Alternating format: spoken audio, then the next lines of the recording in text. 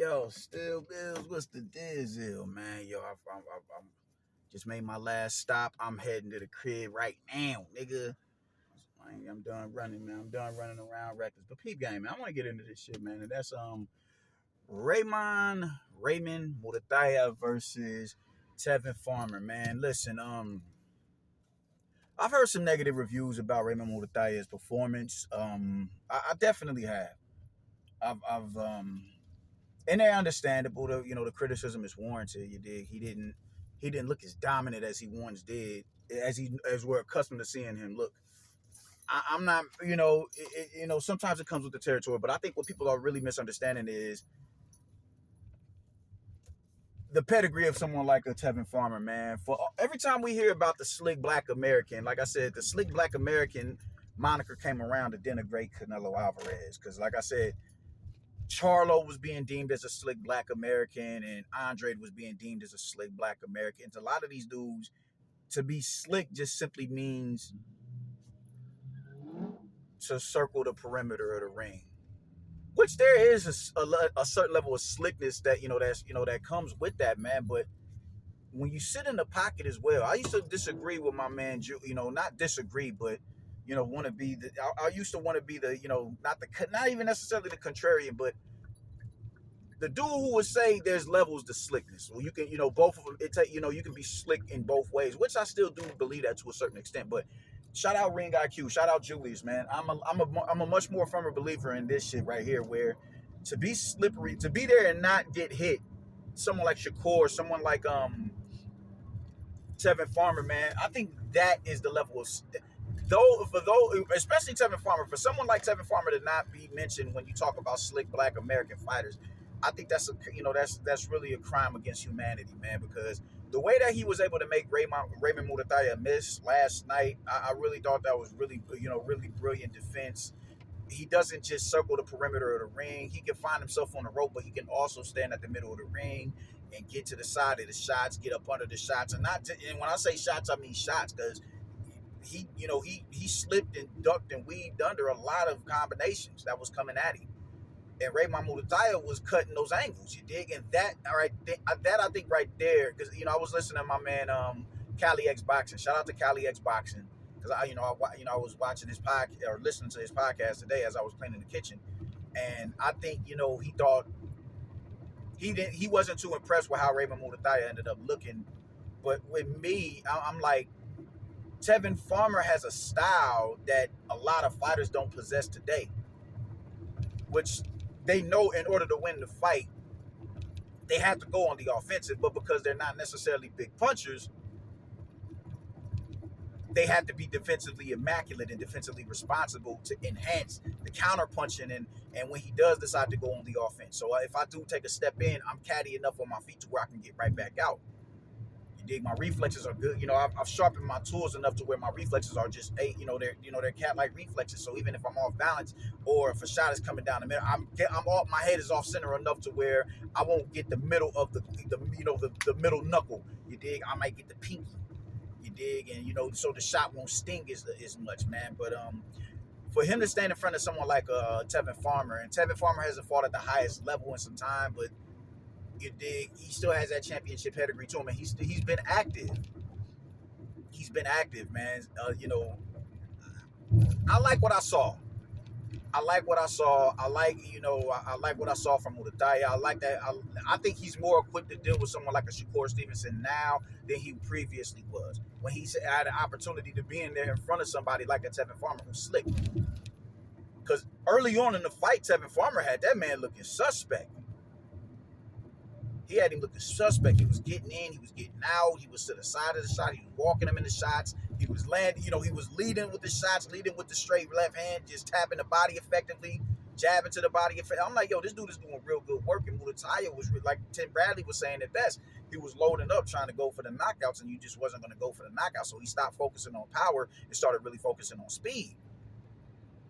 But one thing that he was doing that I think a lot of people aren't, he was cutting those angles, and it just wasn't effective like that early on. He just couldn't find a dude, because Tevin Farmer is a really good defensively responsible fighter. Both of them was cutting angles and punching off of the angles, and they will both miss the shots. They will both miss the shots, but I think later, late down the stretch, Mutataya, as Tevin Farmer began to he started to gas, and Mutataya started to step up his activity because that's another thing. He would just throw one punch and all right, cool. I'm not gonna throw these. I'm not gonna throw in concession. You did. I'm gonna just throw these single shots out there and hope something would land. And you're not gonna hit a defensively responsible fighter like that. You dig? So as Tevin Farmer began to break down, that his not mental, but his gas tank started to deplete. He started getting hit a lot more, and even before that, Muratalla started getting his timing down a lot better. You dig? He started finding where his head would be after he slipped, and he throw another shot off of the shot that he slipped, and boom, he's landing right on the target. You dig? He started landing with a little bit more precision. Later in the fight, and in that 10th round, he landed a bomb of a right hand. And speak to the durability of a Tevin Farmer. He didn't go down. He fought through it. He buckled a little bit. It was a big shot, but it wasn't enough to flatline him. You dig? But yeah, he did good work later on down the fight. He needed to be in front of somebody like a Tevin Farmer, especially if what you calling out Shakur Stevenson.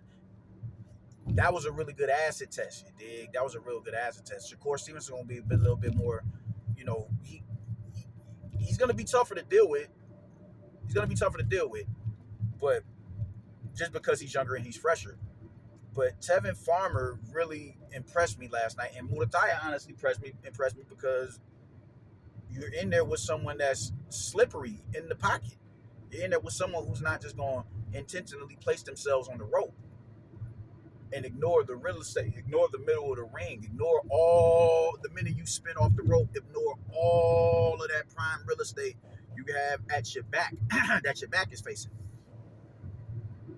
He's not going to do that. You dig? The dude is a seasoned veteran, and for him to be in there with somebody like that and find a way to beat him, outpointing, I thought that was real good work. Now, granted, I do think the point deduction was bullshit because I didn't see excessive holding from Tevin Farmer. I saw tactical holding. Yeah, I saw tactical holding. I did, but you as a fight, you got to be able to neutralize that. You dig? You got to be able to time on one of you goes to wrap up. You got to, you got to be able to figure those things out in the ring. You got to be able to work out of the clinch. You got to be able to work in the clinch if he is holding. You dig? You have to come up with them tactics. You dig? You gotta find a way to manipulate his guard or manipulate where his hands is gonna go to open up those openings so you can score in the pocket. You gotta be able to deal with them situations when you're dealing with when you're fighting somebody of that magnitude. And you did. I don't think he should have been able to. I don't think he should have been pointed for had a point deducted for that. Even though I understand why he had a point deducted for that. And that's something that Cali X was saying as well, man. I'm glad that fighters are getting punished and penalized for excessive holding and turning a fight negative. I understand it. I definitely understand it. But I do think it, when Floyd would do it, he wasn't as excessive as Klitschko, So I really wasn't feeling that. And I think that fight had that point I got deducted. I thought we was going into a draw. So I don't think this should be a knock on Muratalla. I think I think this is the type of fight that a lot of these youngsters need. I think this is the type of fight that a lot of these youngsters need. You dig? When you're able to deal with someone who's really slick, and they're not pinning themselves against the ropes in unescapable situations. You dig? But Raymond Muratalla started landing a lot more effectively later on down the stretch, hitting him off the break, hitting him with the lead shots. The right hand started finding a way home. You dig? He did good work in there, man. And this, just Robert Garcia's style, just like his like a lot of his fighters, he doesn't have fighters who, he has bangers. You dig? He doesn't necessarily cultivate slippery type of fighters or fighters with a certain. You get Mexican style when it comes to Robert Garcia. But he does produce fighters with good feet. Virgil Ortiz is a fighter with good feet. Jose Ramirez has fast feet. He doesn't necessarily cut those angles, but he has fast feet to close the distance. You dig? And now you got someone like a Raymond Muratalla who cuts those angles. You dig? I thought it was a good performance from Raymond Muratalla. I thought he made the proper adjustment, the necessary adjustments in order to come out with the victory, because it was adjustments that needed to be made. It was definitely adjustments that needed to be made. Hey, shout out to Raymond Muratalla, man. I dug it. I thought it was a good performance. You stupid ass squirrel. And I want to see more of Tevin Farmer after that fight. For you to be able to look like that with a contender to where you could argue that fight was a draw or even he won, you're still at world level, bro. You're still at world level. And at this point, with him and Keyshawn both fighting in 10 rounders this past weekend, there's no reason, or not this past weekend, these consecutive weekends, there's no reason why those two shouldn't be looking to mix it up.